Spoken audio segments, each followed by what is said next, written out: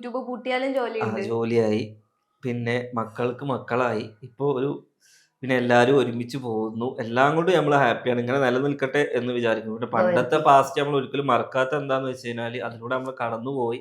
അതൊരിക്കലും നമുക്ക് മറക്കാൻ കഴിയൂല. ഇപ്പൊ ഉള്ളതും നമ്മൾ അടിപൊളിയായി ജീവിക്കുന്നു. അന്ന് നമ്മൾ അടിപൊളിയായി ജീവിച്ചു. എന്നും അങ്ങനെ അടിപൊളിയായി ജീവിക്കട്ടെ എന്ന് നാളെ ഇനി എന്താ സംഭവിക്കാന്ന് അറിയില്ലല്ലോ. ഉമ്മ വിശ്വസിക്കുന്നുണ്ട് കണ്ണേർ കമ്പയർ എന്നൊക്കെ പറയുന്ന കാര്യങ്ങളില്ലേ?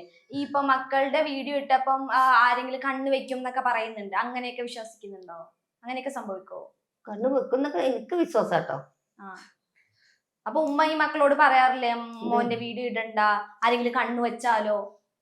ഇടണ്ട, ഞങ്ങളെ പണിയില്ലേ. അപ്പൊ കണ്ണു വെച്ചാല് കുഴപ്പമില്ല. അല്ല, എന്താ പ്രശ്നം ഉണ്ടെങ്കിൽ നേരിടുക.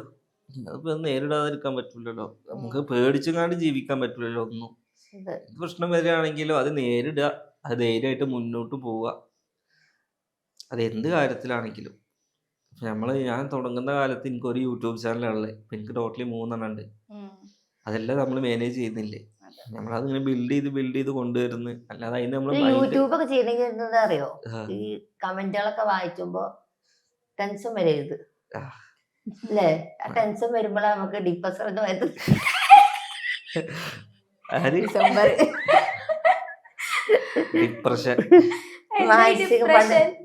ഡിപ്രഷൻ മാനസിക രോഗം വരിക.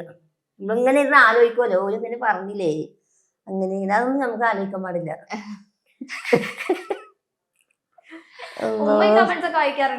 ഇടക്കൊക്കെ ഓരോന്ന് വായിക്കും. ഇംഗ്ലീഷ് അറിയില്ല, മലയാളത്തിലാണെങ്കിൽ ഇവിടെ നിന്നൊക്കെ ഓരോന്ന് വായിക്കും. അപ്പം അതിന് റിപ്ലൈ കൊടുക്കാൻ തോന്നൂലേ? എനിക്കറിയില്ല കൊടുക്കാനേ. അല്ല, ചുമ്മാ ഇരുന്ന് ഇങ്ങനെ പറയില്ലേ? ഞാൻ പിന്നോട് പറയടാ എന്ത് പഠിത്തൊന്നും ഉണ്ടായില്ലേ? എന്നാൾ വന്ന് ഇതൊക്കെ ഒന്ന് വന്ന് ഡിപ്രഷനോ? അല്ല, അമ്മായിമ്മയും മരുമകളും ഉണ്ടെന്ന് ഞാൻ പറഞ്ഞു.